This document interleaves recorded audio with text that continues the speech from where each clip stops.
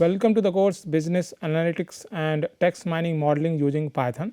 So, in previous few lectures we have been talking about some of the built-in data structures in Python, and we have discussed tuples, list and other things. So, and then in the previous lectures we started on dict as well. So, what we will do, we will quickly go through some of that part of that is related to dict, and then we will pick up from the point where we where we stopped in the previous lecture.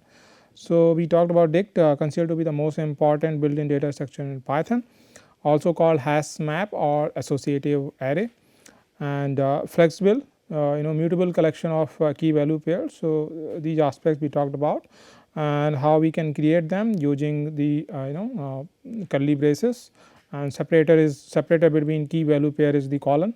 So, these aspects we have talked about.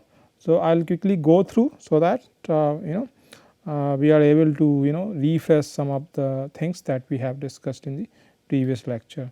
So, I will quickly go through some of the things that we discussed. We these are few ways to actually create dict objects and accessing dict elements, and then adding elements in a dict.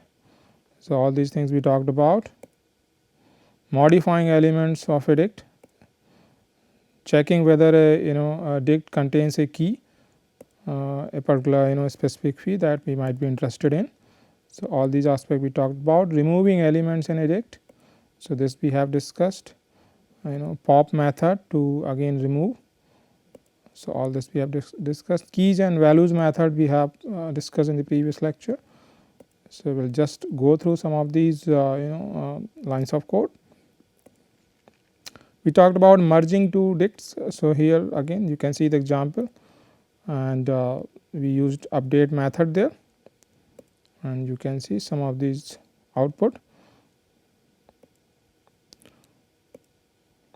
We talked about pairing up two sequences element wise to create a dict. So, this particular aspect also we discussed. Then using a dict function to create a dict object. So, this also something that we discussed. Now, I think in the last part of it we were discussing useful dict methods, get and pop. So, here you can see d1 dot get and passing on the key value to actually to access the value part of it, and we talked about these aspects, and we talked about typically by default none is returned if that value is that particular key is not part of dict. So, we can change that default return value. So, these aspects we discussed. Similarly, for the pop method also, if a particular key is not part of the dict object, then again we can change the default return value here. So, you can see. Now, now we will discuss some useful function here. So, one of them is set default.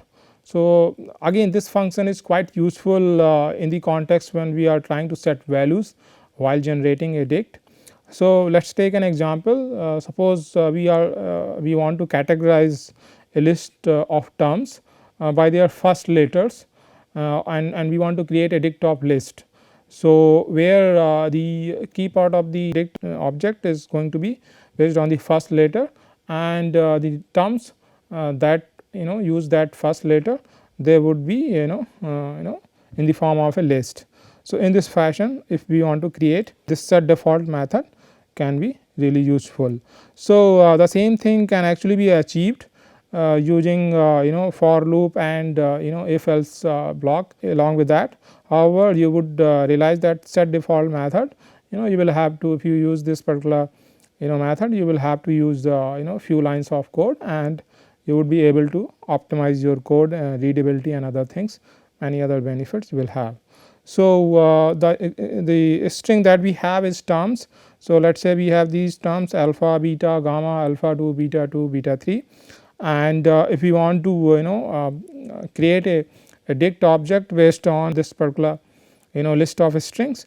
So, what we do, first we can create an empty dict here, empty dict object, and then in the loop what we are doing is for every term that is part of this list of a string, that means for every string we are running this loop, and in that we are calling this set default method, and we are picking up this first character of each of these strings, and then we are appending that we are appending the terms along with that. So, the terms would be part of the list, the value part of the key value pair in the dict, and the first character is going to be part of first letter is going to be key part of key value pair. So, let us run this, and you can see in the output we have A and then alpha, alpha 2, and similarly for the next one B, beta, beta 2, beta 3. So, in this fashion set default can be really useful in many scenarios that typically we encounter in data analytics area. Now, there is another mechanism to achieve the same thing, that is default dict class that we have from collections module. So, this can also be used to set values while generating a dict. So, here again we are importing this from collections, this module, we are importing this particular class default dict, and you can see first letter initializing it using this particular function default dict, and in the parenthesis we are passing this list, and then we are running a loop here again, and for every string that is part of that list of a string we are again extracting the first character and then appending the elements and creating in this fashion. So, if I run this again you would see that similar kind of output we are able to generate. Now, let us move on few more things about dict objects. So, if we focus let us talk about first the keys part. So, keys are generally have to be immutable objects just like scalar types. So, it could be int, float, string or tuples. So, we talked about mutable immutable objects. So, these are the examples of some of the immutable objects. So, the keys part of the key value pair, it is supposed to be the immutable object, and all the objects. So, here when we when we are using tuples, all the objects that are part of that tuple they also need to be immutable. So, we will check some of these things through examples as well. Now, as far as the dict the value part is concerned in the dict objects, that can be any Python object. So, let us take an example here. So, here you can see we have 0 3. So, 0 can be a key, and then we have 1 colon 2, 1 can be a key scalar type. So, 2 colon 1 it is okay. Now, in the fourth element that we have in this example, we have 3 as the single element in a list. So, this is a mutable object. So, this is not supposed to be a key in the dict object. So, if I run this I will get an type error. So, you can see unhashable type list. So, a list object cannot be a key of a dict object. Similarly, I can have another example. So, in this example you can see first element is fine, first pair is fine, second pair is fine, third pair is fine. Now, in the fourth pair you can see I am using tuple with a single element. So, this is also fine because the element within this tuple is immutable scalar type. So, if I run this no problem, and you can see output number 34, and a dict object is created. Now, let us take another example. So, if in this example you notice first 3 elements, first 3 pairs are fine. Now, in the fourth pair the key part I am using a tuple. So, tuple is allowed to be a key, but the only element that is there in the tuple is actually a list. So, we said that if we are using tuple as key, even the elements of that tuple are supposed to be immutable. So, if I run this part you can see again I am getting a type error. So, you can see in the output I am getting unhashable type list here. So, in this fashion you will get the idea whenever we are creating a dict object what can be the key, what can be the value part, and how we can work with that. So, if in certain situation we are required to we have some variables in the form of list object, then we can convert them into tuple, and then accordingly we can use it. It is important for us to understand how different data structures are to be used and what can work and what can't work. So, those things. Now, if we want to check whether a particular object can be used as a dict key or not. So, for that also we have a hash function here. So, let us use this. So, if we are using this string, this scalar type, and we are passing on into the hash. So, if we get a output which looks like a hash value, hash index, then this particular object can be used as a dict key. So, if I run this hash and just one element I am passing scalar type string value, if I run this I will get an hash here. Now, similarly, if I in the another example I am passing on this element 0 integer type, and this will also be allowed. So, I will get a hash value. Now, if I take another example, now you see here I am passing on this argument, this variable is a tuple with 3 elements 1 2 3 all scalar types. So, this is also ok. So, if I run this you can see a hash value is returned here. So, this is also ok. Now, in the next example what I am doing is I am passing a tuple, but the second element of the tuple is a list. So, which is a mutable object. So, therefore, if I pass if I pass this variable as an argument here, I will get an error. So, you can see type error and you can see unhashable type list. So, using this function also we can find out whether a particular object can become a can be used as a dict key. So, certain situation we might have to perform this kind of check. So, this can be really useful, this particular function has can be really useful. Now, we will move on to the next data structure in Python. So, this is called set. So, this is quite similar to what we understand by set in algebra. So, in terms of similarity, semantics and similarity, it is quite similar to dicts with keys and without values. So, you can see we have just understood what kind of objects can be a dict keys.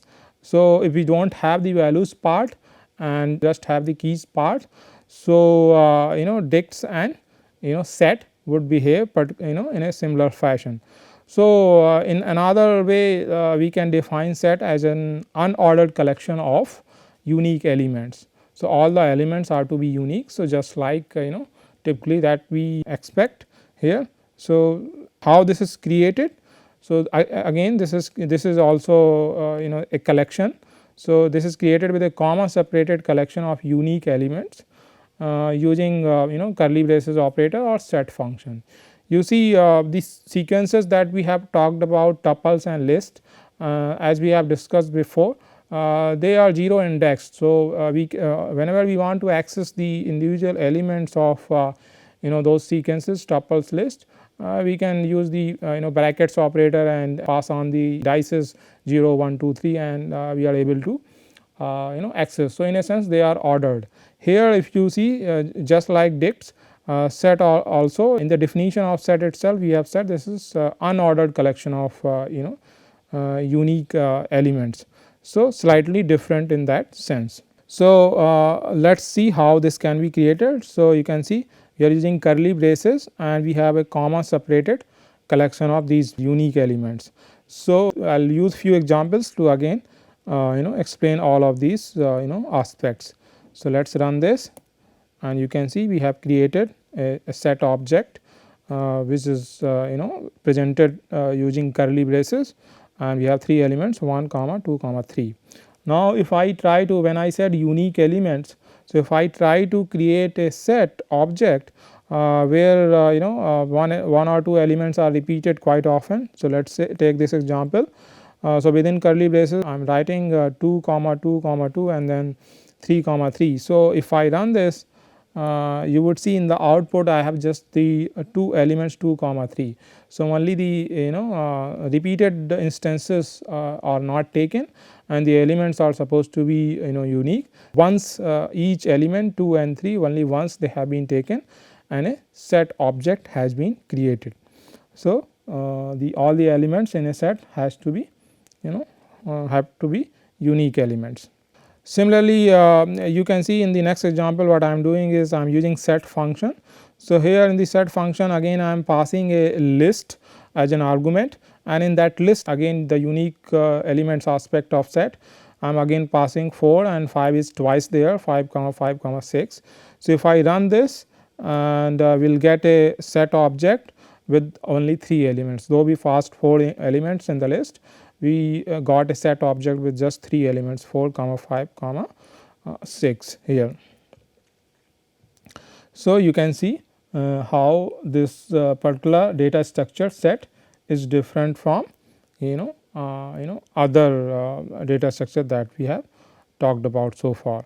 Let us talk about some of the operations set operation that we can perform on set objects. So, let us first start with union of sets here.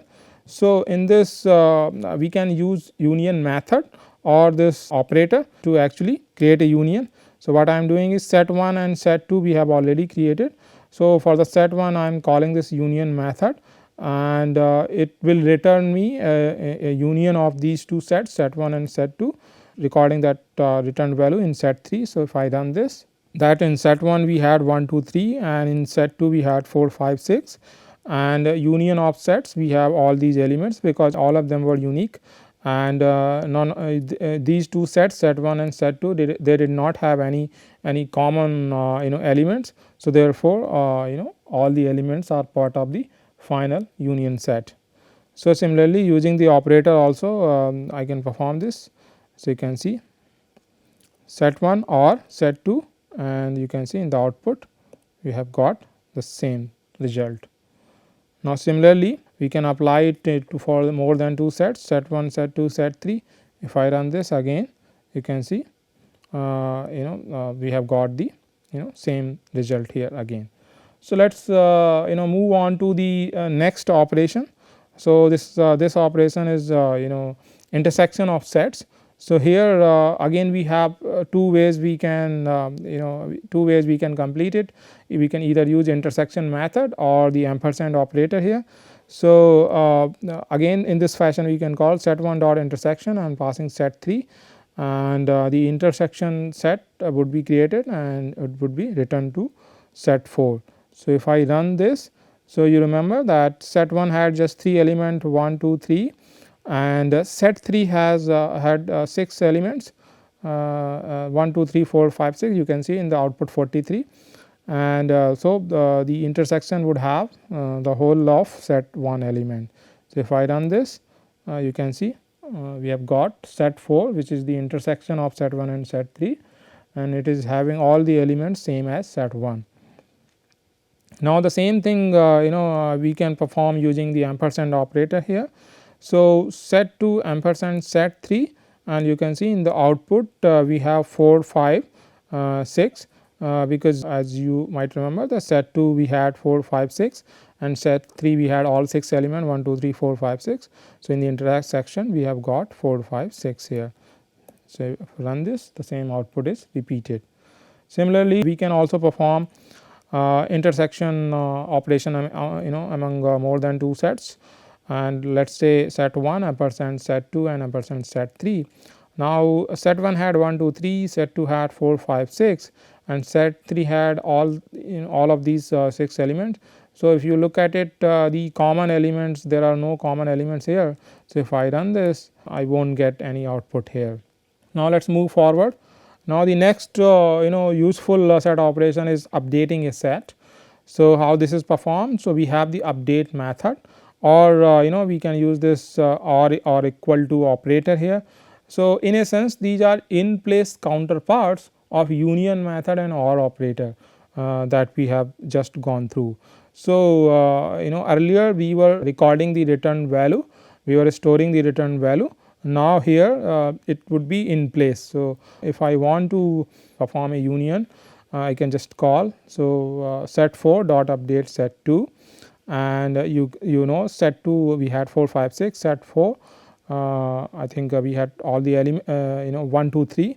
So, if I just run this, So, set 4 will actually change, it will become 1 2 3. So, this is in place thing. So, we do not need to store the return value here. So, sometimes the in place counterparts can be really useful. So, most of the operators they have their in place counterparts. So, some of the important methods and operators we will go through. So, you can again see we are again using set 4 here or equal to and 7 8 9. So, if I run this these 3 elements will also be would also become part of set 4 itself, because this is in place operator. So, let us run this, let us look at the value of set 4 and you can see 9 elements have become part of this. Let us move on, and a few more method we would like to cover here. So, another one is adding elements.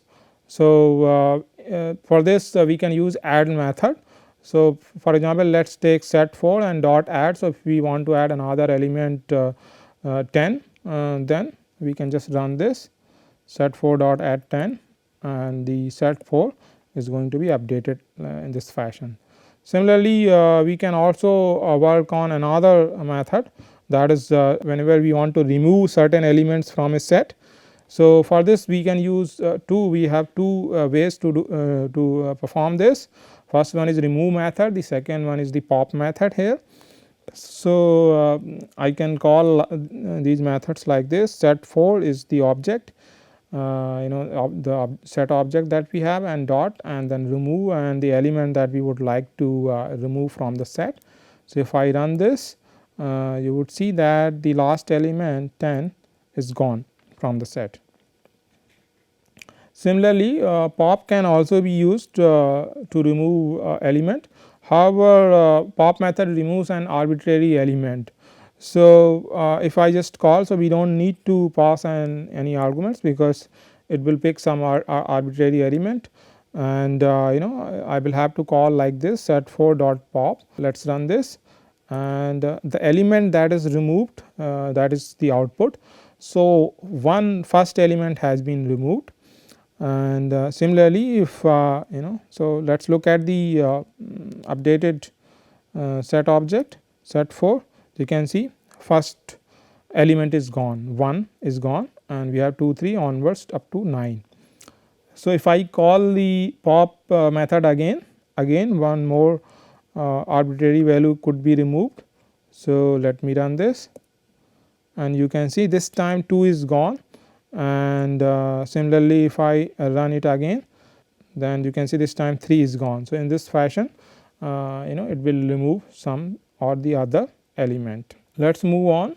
So, another set operation is clearing the set. So, for that we have another method, clear method. So, whenever we are required in certain situations, if you want to clear the set, so we can use this method set 4 dot clear, do not need to pass any arguments here. So, if I run this and if I look at the updated set object, so you can see set 4 there is nothing is there. Now, in this case for this particular set object is not having any elements. If I try to remove element using let us say pop method, if I run this I will get an error. You can see pop from an empty set. So, this is something again here also that we will get. So, that is another difference from the remove method here, that will get this error. Now, let us move on to a few other operations that are part of that can be used on set objects. So, let us talk about subset, superset and disjoint set.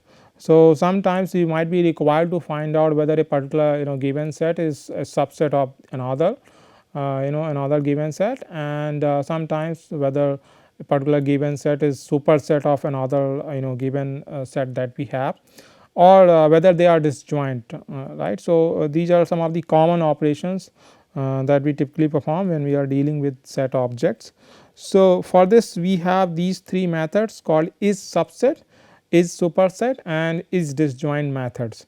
So, we can use these methods to find out whether a particular a subject is subset or superset or disjoint set. So, let us call set 1 dot is subset and we are passing set 3. So, if you remember set 1 was 1 2 3 and set 3 had all the elements. So, this is subset. So, I think it will return true. You can see here output is true. Similarly, if I want to find out whether set 2 is a superset of set 3. So, set 2 I think it had 4 5 6 these 3 elements, and if we want to find out, so we can use this method dot is superset, and set 3 had all 6 elements. So, if I run this I will get false. Similarly, if I want to find out whether set 1 and set 2 are disjoint. So, as we remember set 1 had 3 elements, so 1 2 3, and set 2 had 3 elements 4 5 6. So, no common thing there. So, I think we will get true as the output. So, if I run this, you can see output number 65 we got true. Similarly, there is another set operation that can be useful sometimes.